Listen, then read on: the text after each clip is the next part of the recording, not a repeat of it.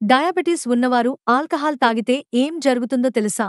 Diabetes ఉన్నవారు alcohol తాగుతున్నప్పుడు జాగ్రత్తగా ఉండాల్సిన అవసరం చాలా ఎక్కువ. ఆల్కహాల్ లివర్ పనితీరును నెమ్మదింపజేస్తుంది. దీంతో రక్తంలో షుగర్ను విడుదల చేసే సామర్థ్యం తగ్గిపోతుంది. ఫలితంగా ముఖ్యంగా రాత్రివేళ హైపోగ్లైసిమియా అంటే షుగర్ హఠాత్తుగా పడిపోవడం జరుగుతుంది. అదే సమయంలో బీర్, వైన్, స్వీట్ కాక్టైల్స్ లాంటి పానీయాల్లో చక్కెర ఎక్కువగా ఉండి షుగర్ను పెంచే ప్రమాదం కూడా ఉంది. అంటే షుగర్ ఎప్పుడు ఏ దిశలో మారుతుందో అంచనా చెప్పలేమన్నమాట.